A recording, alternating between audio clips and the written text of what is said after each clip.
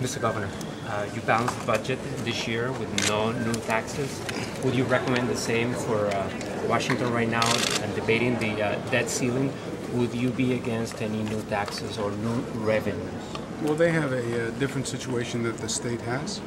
The federal government has some capacities that a state doesn't have, primarily the capacity to print money, right? They're regulating the economic system. So they have a much different situation than the state. From the state's point of view, if you raise taxes, you put yourself at a competitive disadvantage, right? People don't have to be in New York. People can move to Connecticut, people can move to New Jersey, they can move to Pennsylvania. We literally hemorrhage people from our borders right now. So the state is in a fundamentally different position than the federal government. And you can do things, you have more flexibility, in my opinion, on the federal side, because you don't have to worry about the competition that you have to worry about on the state side. Governor, are you planning to sign Mayor Bloomberg's bill to expand tax cities to the outer boroughs?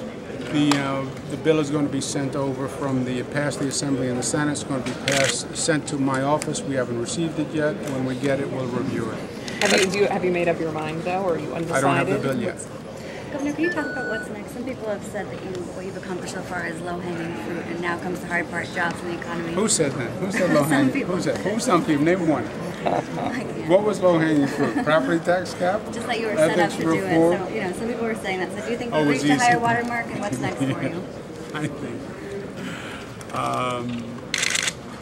I think we had a very ambitious agenda, and I believe we were successful in successfully obtaining the vast majority of the items on the agenda.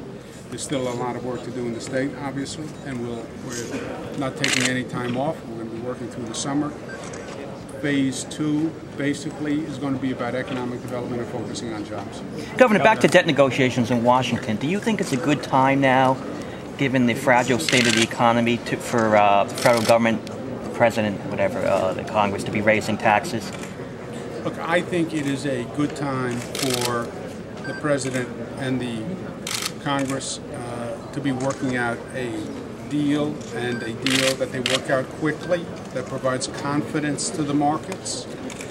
I think the stability is what's most important, and I understand the political environment, and I understand the pressure everyone is under, but the fundamental pressure, in my opinion, is make a deal so the markets feel confident, so the international financial community understands that this is a safe, secure economic system that everybody should have full faith and confidence. So you don't have a problem with like some sort of tax or tax increases, revenue increases to being part of any sort of deal? I tend to agree with the president's position in these negotiations, but I think what's most important is that the negotiations are actually successful. Governor, do you have any reaction to the town clerk of Barker, New York, who's resigning because she is refusing to sign gay marriage licenses? The law is the law.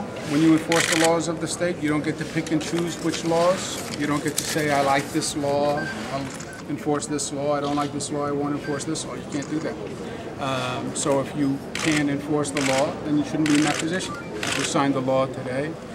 Driving while texting, if people don't want to enforce that law, you can't pick and choose. The law is the law. Governor, the Times noted that one of your campaign promises was to disclose your meetings online. I'm wondering what happened to that. Did you get an advisory on today? But that's not your daily meetings with legislators. I disclose, I think I disclose on a daily basis where I am and what my public schedule is. So I think we've been doing it on a daily basis, hasn't it? Governor, has David Weprin asked for your support in his special election for He has not. He has not. Do you plan to get involved in that race? I'll be helpful if I can. I know David Weprin for a very long time. He's a very fine person. I know his family. We're both from the same part of Queens. We grew up together. I know him for more years than I care to remember.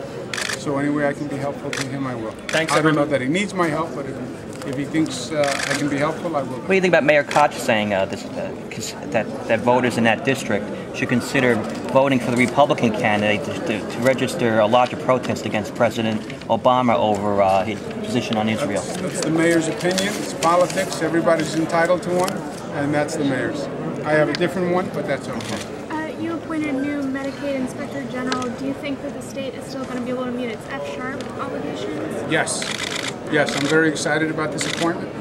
He has great credentials. He was in the federal government before, and the Medicaid recovery rate is very important to the state. I was the Attorney General before I was the governor and did a lot of Medicaid fraud in that position, that office also. So I know how important it is. I know this man, and he's going to do a great job, in my opinion. Should I ask Jim Sheehan to resign before the F-sharp obligation ends? It's a new administration. It's a new team that we're putting together. I don't wish Mr. Sheen well, but it's a new administration with a new team, new priorities. Do you plan to try to get healthcare overhaul passed this year? Do you call back? It's something we're looking at. Governor, there are gay marriage protests planned around the state on the 24th when the law goes into effect. What do you say to folks who are unhappy as that law goes into effect? What do I say to people who are unhappy with the law? Yeah. I understand. Look, we've had this debate. We've talked about it at length for many, many years. We had a very heated discussion in Albany before the law was passed. I understand the opposition, and I understand both sides of the argument. And I understand the religious position of the argument. And I understand people who have religious beliefs and their opposition based on religious beliefs. I'm a governor of the state, and this is a legal matter. It's a legal question. To me, it's a question of equality and anti-discrimination. And from a legal point of view, I believe this is exactly right, and I'm comfortable with it, and that's why I supported it and I advocated it. I understand people who say, I have religious beliefs, and my religious beliefs trump my legal obligations. I understand that, and that's why the person is resigning. If you're saying you're going to act through your religious beliefs rather than what is the law of the state, then you can't operate in a position where you're supposed to be enforcing the laws, right? Because the laws would have to be paramount, and it would have to be paramount to your religious beliefs. You can't have a system in this state where people enforce the laws that their religions say are okay to enforce, right? Governor, can we go back to Medicaid for a brief period here? The legislature had passed a bill that would, in some ways, limit the auditing power of the Medicaid Inspector General. I guess there's some blowback from the healthcare providers, the nursing home and hospitals, saying that some of these audits they were getting hammered with fines for making honest mistakes, and it would give more notice to people under investigation. Are you going to sign or veto that bill? I have to see it, Carl. I haven't even seen the bill. I'll take a look. On redistricting, have you had any further conversations with lawmakers who are going ahead with their plan? Not since the session ended. Not in the past couple of weeks. Okay, guys. Thank you. Put all those devices away when you get in the car now. Put them all Mass away. transit. By the way, if you look at the law says there's a presumption that if you are holding the device in your hand, Grace, the presumption is you are using it. Oh. It's a rebuttable presumption, but it is a presumption that if you're seen holding it in your hand, in the car, there's a rebuttable presumption that you're using it. Governor, can you just... Hands-free cell phones, though. I mean, do you pull? It would have to be hands-free. Dial at some point. Yeah, and it has to be attached to the car. You can't be holding an electronic device that you are using. Are reporters rushing to the scene? Reporters especially. Reporters has 4 points on your license. I'll see you, Kurt. Thank you. Thank you very much.